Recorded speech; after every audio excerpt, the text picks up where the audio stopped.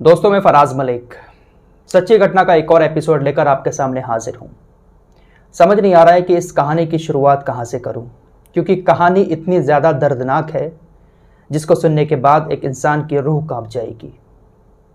इस कहानी को सुनने के बाद कुछ लोग बाप को गलत बताएंगे तो कुछ लोग बेटी को गलत कहेंगे। आप सभी लोग आखिर तक पूरी कहानी सुनिएगा, उसके बाद आप बताइएगा कि अगर ऐसा कोई मामला आकर पड़ता है तो माँ बाप को क्या करना चाहिए या फिर बेटी को क्या करना चाहिए। कौन गलत है कौन सही है, कमेंट बॉक्स में अपनी राय का इजहार भी ज़रूर करना। लोगों की सोच तो देखें कि किस तरह की सोच रखते हैं लोग ऐसे मैटर को लेकर।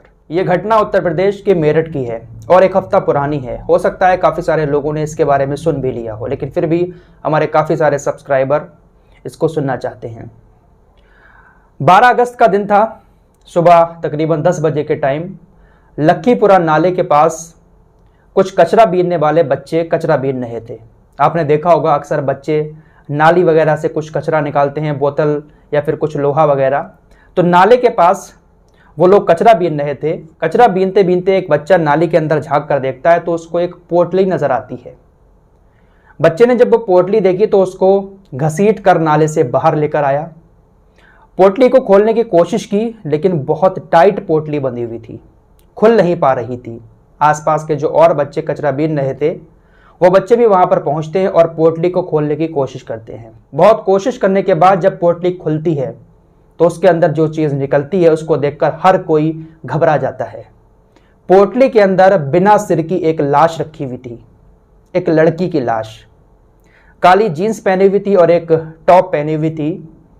बिना सर की लाश उस पोटली के अंदर पड़ी हुई थी और वो पोटली नाले के अंदर पड़ी थी। उस पोटली का लोगों ने वीडियो बनाया, सोशल मीडिया पर डाला और देखते ही देखते लाखों लोगों के पास वो वीडियो पहुंचना शुरू हो गया। पुलिस हरकत में आई।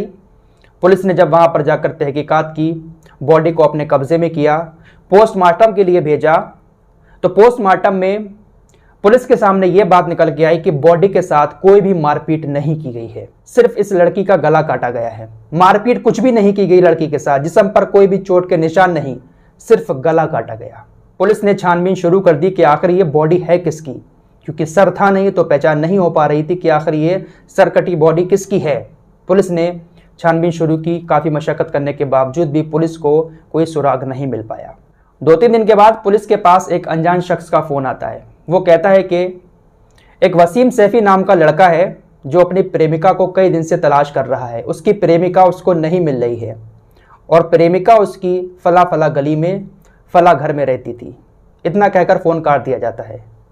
पुलिस इस कॉल को हल्के में नहीं ले रही थी। पुलिस को जो एड्रेस बताया गया था फ़ोन पर, पुलिस वहां पर पहुंच जाती है। पुलिस को जो पता बताया वो शालीमार गार्डन कॉलोनी के एक घर का बताया। पुलिस उस घर पर पहुंचती है और ये घर इसी सरकटी लड़की का था। पुलिस वहां पर जाकर उसके माँ बाप से पूछती है कि आपकी कोई बेटी है? तो उसके माँ बाप कहते हैं हाँ हमारी बेटी है, नाम है सानिया कुरैशी। कहाँ है वो? पुलिस माँ बाप से पूछती है कहाँ है आपकी बेटी, हमें उससे बात करनी है। तो माँ बाप कहते हैं वो घर पर नहीं है, अपनी खाला के घर गई है। पुलिस कहती है कि हमारी बात कराइए फ़ोन पर, लेकिन बाप जो है वो बात को गोल मोल घुमाने लगता है, बहाना कर देता है। सानिया कुरैशी जिंदा हो तभी तो बात करे ना, खाला के घर है या कहीं पर भी है, फ़ोन पर तो बात कर सकती थी, लेकिन उसकी तो मौत हो चुकी थी। सानिया कुरैशी के बाप को हिरासत में लेने के बाद जब सख्ती के साथ पूछताछ की तो सानिया कुरैशी के बाप ने जो बात कही उसको सुनकर आप भी कांप जाएंगे। सानिया कुरैशी के बाप ने पुलिस को पूरी कहानी सुनाना शुरू कर दी। बाप ने कहा कि 7 साल पहले हम मेरठ की शहजाद कॉलोनी में रहने आए थे। हमारे पड़ोस में एक इमरान नाम का शख्स रहता था, उसका एक बेटा है वसीम सैफी। हमारे घर के ताल्लुकात काफ़ी अच्छे थे, आना जाना होता रहता था। वसीम सैफी का मेरी बेटी सानिया कुरैशी के साथ अफेयर हो गया। दोनों एक दूसरे से बेइंतहा मोहब्बत करने लगे। मेरी बेटी भी वसीम सैफी से शादी करना चाहती थी। मैंने बहुत समझाया लेकिन वो नहीं मानती थी। कुछ दिन पहले ये दोनों लोग घर से भाग गए थे, हम इनको पकड़ कर लेकर आए। उसके बाद मैंने इसको काफ़ी समझाया, लेकिन उसके बावजूद भी मेरी बेटी मान नहीं रही थी। उसका कहना यही था कि मैं वसीम सैफी से शादी करूंगी। बाप ने कहा कि हम कुरैशी हैं, वो सैफी, हमारी जाति भी अलग है, साथ ही साथ वसीम सैफी कोई काम धंधा भी ठीक से नहीं करता है, इसलिए हम अपनी बेटी की शादी उसके साथ नहीं करना चाहते थे। लेकिन मेरी बेटी छुप छुप कर उससे मिलती थी। ये बात सारे मोहल्ले वालों को पता थी। मोहल्ले वाले ताने दिया करते थे। जब वो भाग कर गई थी तो हमारी बदनामी भी बहुत ज़्यादा हुई थी। छुप छुप कर जब वो मिलती थी तो मोहल्ले वाले कहते थे कि आज आपकी बेटी वहाँ पर मिल रही थी, आज आपकी बेटी वहाँ पर मिल रही थी। ये बातें हमें बहुत ज़्यादा शर्मिंदा करती थी। बाप ने कहा कि हमने सानिया को बहुत ज़्यादा समझाया, बहुत ज़्यादा बंदिशें लगाई, लेकिन इसके बावजूद भी वो छुप छुप कर वसीम से मिलती रही। उसने हमारी एक भी बात नहीं मानी।